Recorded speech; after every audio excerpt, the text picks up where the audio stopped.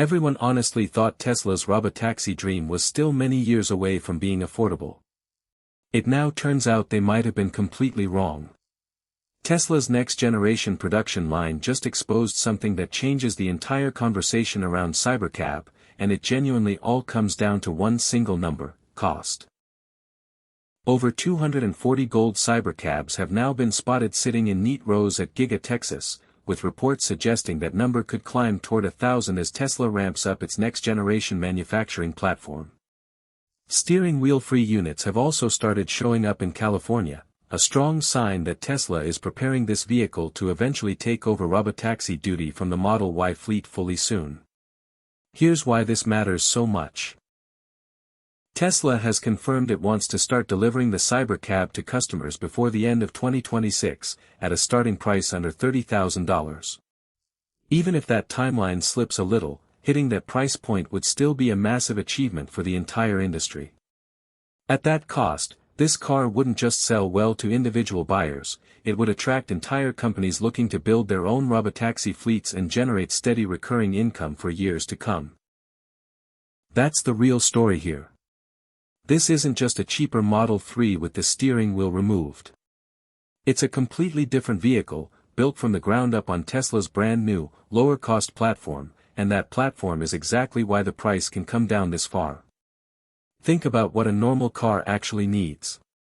A steering column, pedals, a gear selector, mirrors, warning systems, an instrument cluster, dozens of parts that only exist because a human being is expected to sit behind the wheel. Cybercab strips almost all of that away. No steering wheel. No pedals. No traditional controls at all.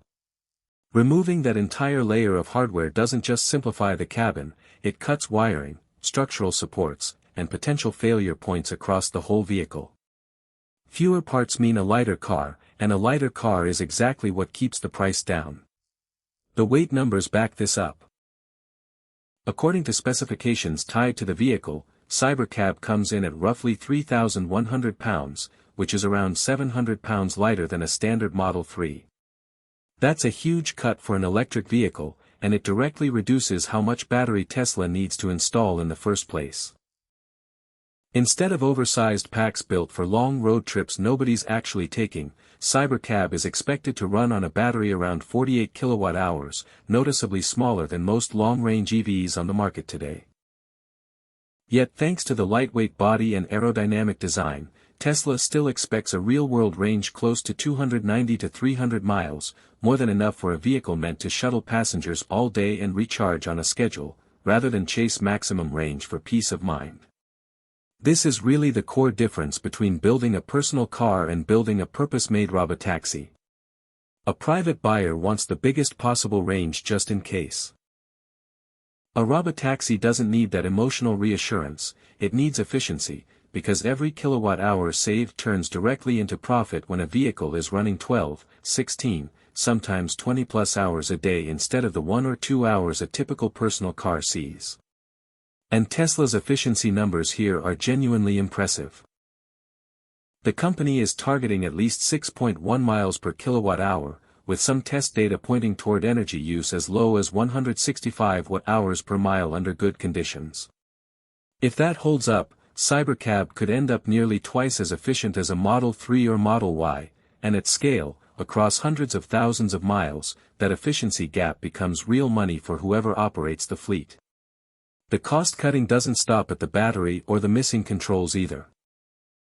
Cybercab is expected to run a single front-wheel drive motor putting out around 219 horsepower, a simpler setup than the dual-motor systems found in most current Teslas.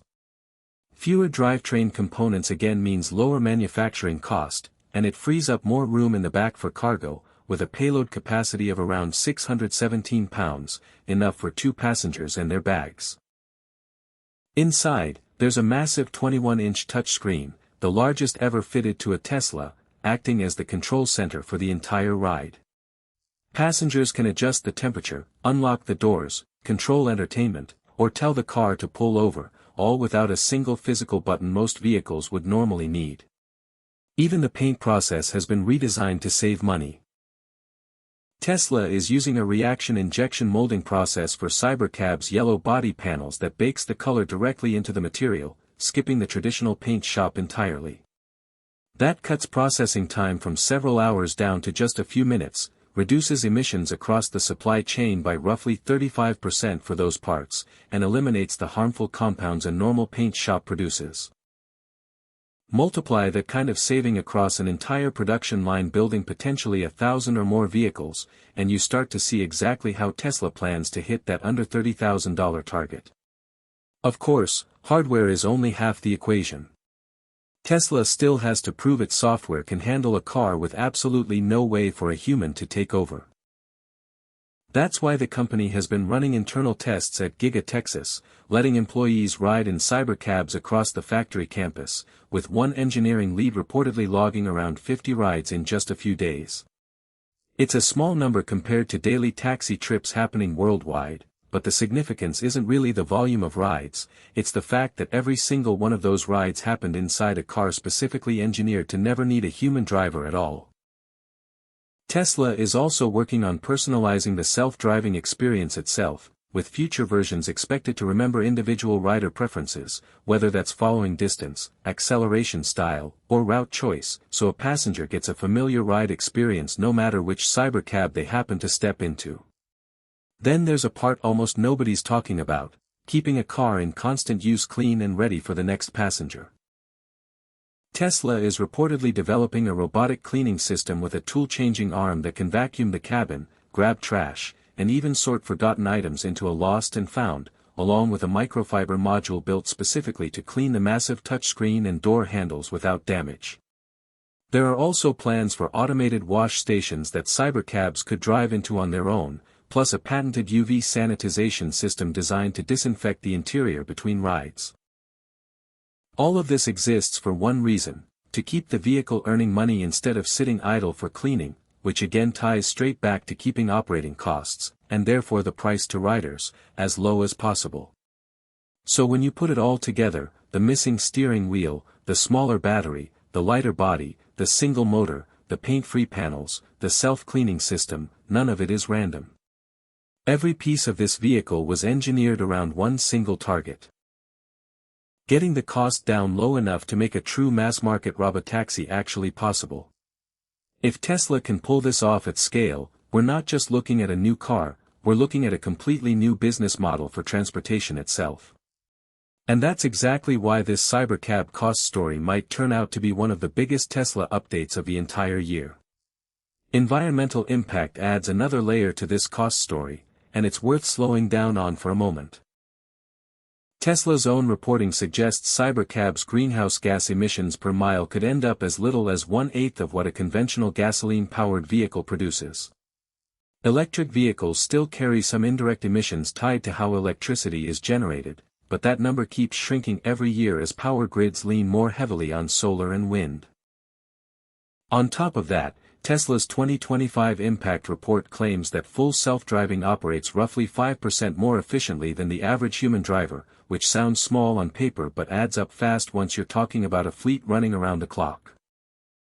Combine optimized autonomous software with a lightweight body, a 48 kilowatt-hour battery, and this next-generation platform, and Cybercab could stay on the road longer while burning noticeably less energy per trip than almost anything else Tesla has ever built. Let's also talk about what happens the moment someone actually steps inside one of these things for the first time. No driver up front. No steering wheel. No pedals. No obvious sign that anyone or anything is in control besides software running quietly in the background. That's not a small psychological hurdle, and honestly, it might be the biggest challenge Tesla faces here, bigger than the hardware, bigger than the cost. Building a car this cheap is one thing. Convincing millions of everyday passengers to trust their safety to an invisible system every single day is something else entirely. That's exactly why Tesla is starting small, running these internal tests inside the controlled environment of Giga Texas before ever attempting to scale this onto public streets nationwide. There's also a bigger picture worth thinking about here, the sheer scale this could eventually reach. A privately owned car sits parked for the overwhelming majority of its life, often driven for just an hour or two a day while the rest of the time it just takes up space. A robotaxi flips that entire equation. If Cybercab can realistically stay in service 12, 16, even 20 hours in a single day, cycling through passengers, recharging on a tight schedule, and cleaning itself between rides using that robotic arm system we mentioned earlier, the economics stop looking anything like a normal car purchase. It starts looking a lot more like a small, self-sustaining business asset, and that's precisely why companies, not just individual buyers, are expected to be lining up for these the moment they're actually available to order.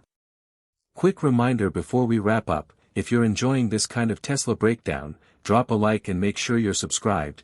It genuinely helps this channel keep bringing you the latest Cybercab news, Tesla updates, and EV industry breakdowns first.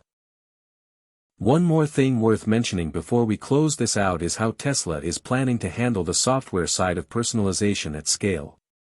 Elon Musk has already said future versions of full self-driving will remember specific moments when a rider or driver overrides the system, gradually learning from those interventions rather than treating every trip the same way. For a private car, that's a nice comfort feature. For a robotaxi fleet, it could end up being a genuine competitive advantage. Imagine stepping into any random cybercab across an entire city and having it drive the way you personally prefer, whether that means leaving more following distance, taking the quickest route instead of the smoothest one, or avoiding unnecessary lane changes altogether. None of the other robotaxi competitors currently on the road are talking about this kind of personalization at scale, and if Tesla actually pulls it off, it becomes one more reason riders might choose Cybercab over anything else available to them. It's also worth remembering just how fast this program has moved.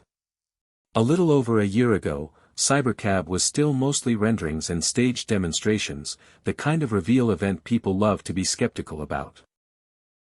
Now there are literally hundreds of production-ready units sitting on a factory lot in Texas, employees are logging real rides inside them every single week, and units are already being transported toward California for what looks like the next phase of testing. Whatever you think about the timeline slipping or holding, the pace of physical progress here is hard to ignore, and it's exactly why this cost breakdown matters so much right now instead of waiting until Cybercab is already sitting in showrooms. If Tesla actually delivers on this $30,000 price target, it won't just be another new model launch, it will mark the moment affordable, driverless transportation stopped being a distant promise on a stage and started being a real, working product operating on real roads in front of real people. So make sure you're subscribed to Drive Tech Tesla so you don't miss what happens next, and check out our next video where we dig even deeper into Tesla's next-generation platform and what it means for the future of EVs, robotaxis, and everyday transportation as we know it now.